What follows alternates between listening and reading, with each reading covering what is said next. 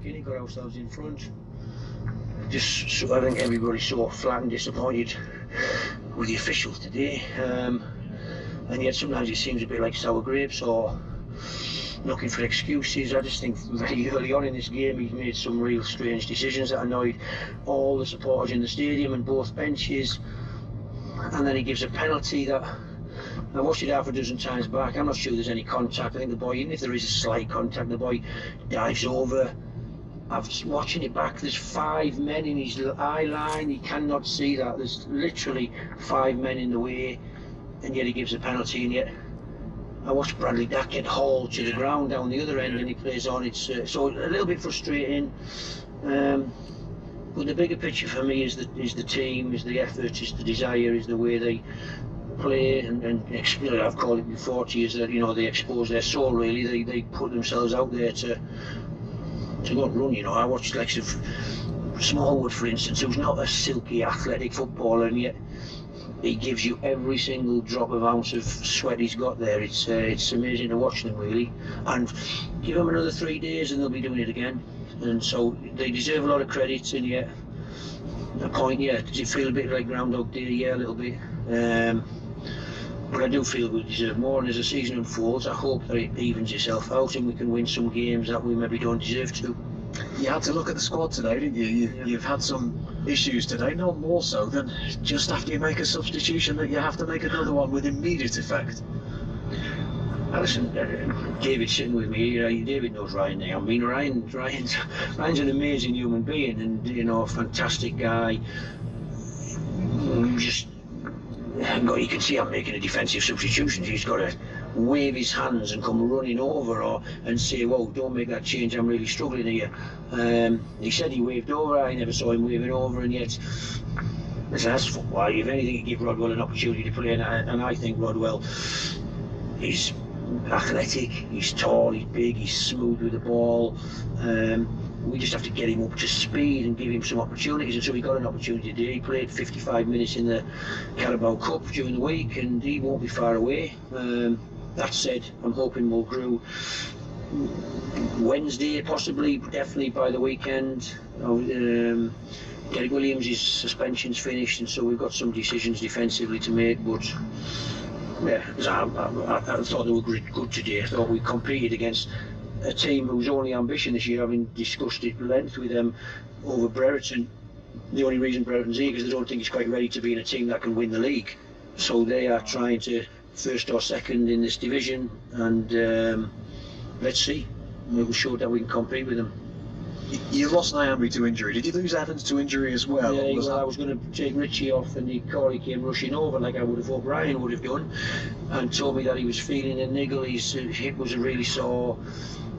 Yeah, the decision was made for me really. So yeah, let's hopefully he'll be all right. Corey has been a big player for us this year, an important player for us. So when you ask him to play with such intensity, it's I've said that's why all the squad, the lads who were disappointed that they didn't get on the field today, have to be ready, because their time's coming, because it's hard for them to play at the intensity they're asked to play at 3 times every week, and keep it going. So we will be rotating, as I've said to you in the past, and they have to be ready. We were just saying in commentary of the game, Tony, when you make substitutions, you want to see them make an impact. Yeah. Dear me, Adam Armstrong did, and Rodwell, to be fair, as well. Yeah, no, I agree.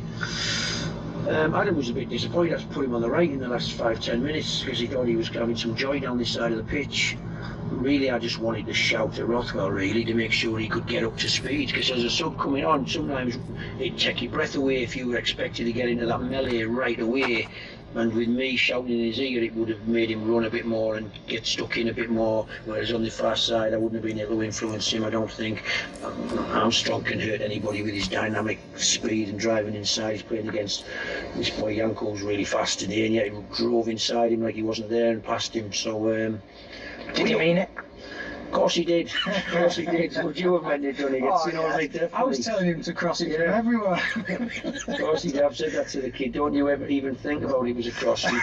You would pick the far corner, you just bent it in, it was there, and why wouldn't he do that? But yeah, listen, we're disappointed. It was there. The game was there for us. I think the referee helped a little bit in the really soft penalty.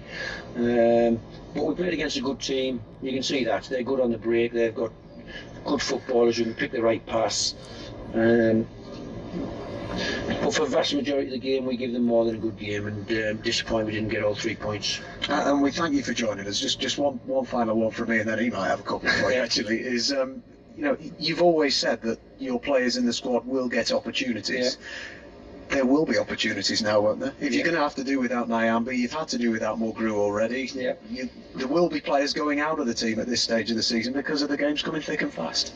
Yeah, as a no team, in modern day football, the dynamics of how you have to play to be competitive, it's a running game, unfortunately, and it's a physical game, and if both teams are playing like they did today with a high intensity, it's you are going to pick up injuries along the way. That's why invariably not always the best teams get promotion, but the deeper squads get promotion. And if you're replacing a really good player with a really good guy who's been kicking his heels on the bench and desperate to show you how he deserves to be playing, then that's good. I look at Forest's bench today. You know, they've got some experience on that bench. They've got some international players on that bench, and maybe that's it. Maybe that's the key. Our players at Armstrong's 21. Rothwell's a young boy. You know, came from Man United's youth team to Oxford. I'm not sure we've got that depth, and yet we like some of our players. And you know, Palmer's, Rothwell's, they're Armstrong. They're important players for us, and let's hope they can keep doing what they're doing at the moment. David, anything from you?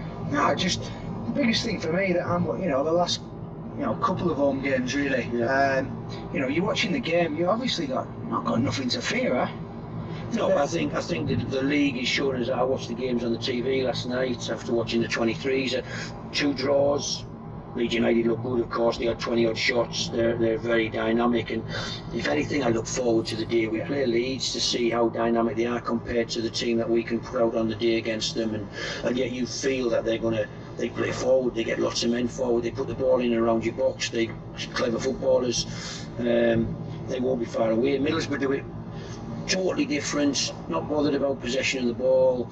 Get it forward, get corners, get free kicks, really solid defensively, big lads who get it out of the box. And I was looking at some stats from up to this week, and Middlesbrough's ball possession is right down in the bottom 6 of the league, and yet they're sitting first or second, whereas Leeds United is right at the top. And so they're showing you that there's no right way or wrong way to win football matches. The moment we're doing how we play, and we're showing that we can compete with teams in the league. Whether we can sustain it, of course, is another question, and only time will tell. It was entertaining stuff. Thank you so much for joining us. David. Good to see you. Tony Mowbray with us on BBC Radio Lancashire.